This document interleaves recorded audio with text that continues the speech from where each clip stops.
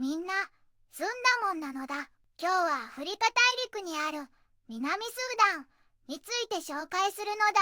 実はね、南スーダンには結婚するときに結納金の代わりになんと牛を送るのが今でも続いている伝統があるのだ。しかも送る牛の数が多いほど尊敬されるんだってびっくりなのだ。今日はそんな南スーダンにまつわるニュースを全部で3つお届けするのだよ。中でも特に注目なのが3つ目のニュースなのだ。国連高官、スーダンでの残虐行為と性的暴力を非難というとっても大切なニュースなのだ。深刻な状況が伝えられているからみんなにもぜひ知ってほしいのだ。この動画が少しでも良いなって思ったら高評価とチャンネル登録も忘れずに押してくれると嬉しいのだ。さあみんなで一緒に見ていくのだ。こんにちは。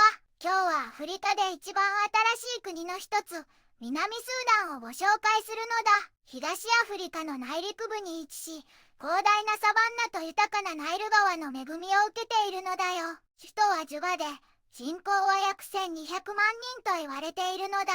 2011年にスーダンから独立したばかりで、まだ若い国なのだ。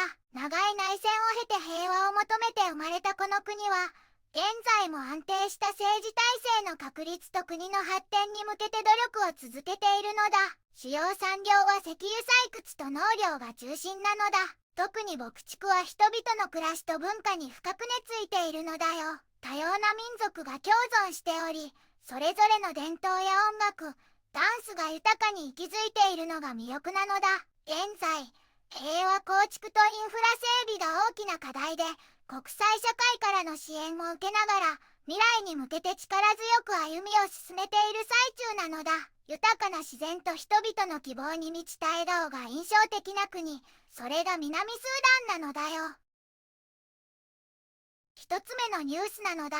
マシャール氏の裁判、停電で延期という記事なのだ。みんな聞いてほしいのだ。南スーダンのジュバで、第一副大統領のリエック・マチャールさんと共犯者7人の公判がなんと停電で水曜日に中断しちゃったのだ。裁判官さんが電気がないからで次の金曜日に延期を宣言したのだ。参加者も暑くて大変だったみたいだね。この日は20回目の公判で主任捜査官への尋問が予定されていたのだ。検察側は証人さんの身元保護や通訳さんの手配をお願いしているのだ。マチャールさんたちは2025年3月の軍事基地襲撃事件に関わったとして反逆罪や人道に対する罪などで訴えられているのだ。公判は11月24日金曜日に再開されることになったのだ。2つ目のニュースなのだ。SPLM IO キトグワン派政府への武器引き渡しの噂を否定という記事なのだ。ねえみんな、とっておきのニュースなのだ。SPLM IO のキットグワン部派がね、政府に武器を引き渡すって噂をきっぱり否定したのだ。火曜日の声明では、第一副大統領のリーク・マシャール派が月曜日にピアリの基地を突然襲ってきたって発表したのだ。これって戦車の管理をめぐる争いが原因だったらしいのだ。戦闘では1人が亡くなって2人も怪我しちゃったのだ。キットグワン部派はこんなひどい攻撃は許さないって怒ってるし、自分たちを守るために反撃するって言ってるのだ。それからね、武器を売ったり降伏したりするなんて噂は全部デマだって言ってたのだ。それは政府軍と SPLM IO の本当の戦いを隠すためのマシャール派の嘘のプロパガンダなのだって。だからみんなには危ない場所から離れて安全なところに避難してほしいのだ。キットグワン部派はすぐにこの問題に対処して平和で安定した状態に戻すことを約束してるのだ。みんな安心してほしいのだ。3つ目のニュースなのだ。国連高官、スーダンでの残虐行為と性的暴力を非難という記事なのだ。国連の性的暴力特別代表パッテンさんがスーダン紛争で市民への残虐な攻撃、特に性的暴力に深い懸念を示したのだ。ファシルが占拠されてから女性や少女に対する集団レイプなどひどい性的暴力が急増しているという衝撃的な報告があるのだ。パッテンさんは即時停戦と国際人道法の遵守、RSF 司令官への暴力防止の約束履行を強く求めているのだ。国際社会には調査支援、証拠保全、生存者支援、そしてスーダンに平和をもたらすための制裁検討を呼びかけているのだ。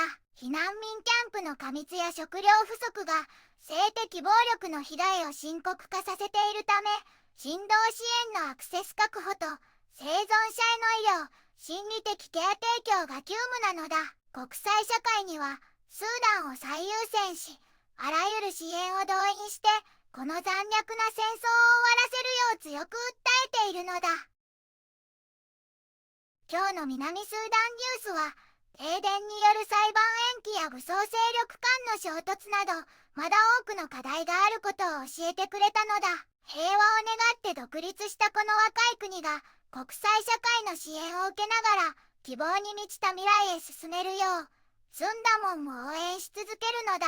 みんなも南スーダンに注目してほしいのだ。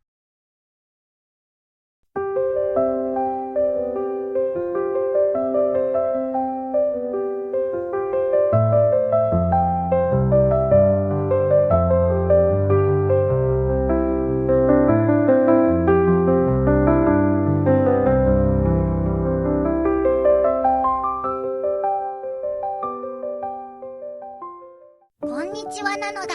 この番組では世界のあまり知られていない国や地域からちょっと不思議でちょっと感動するニュースをお届けするのだ。日本ではあまり話題にならないけど、世界には僕たちが知らないままの出来事や優しさや驚きに満ちた物語がたくさんあるのだよ。テレビでもネットでもあまり見かけない。けれど本当はもっと伝えられるべき小さな世界の声。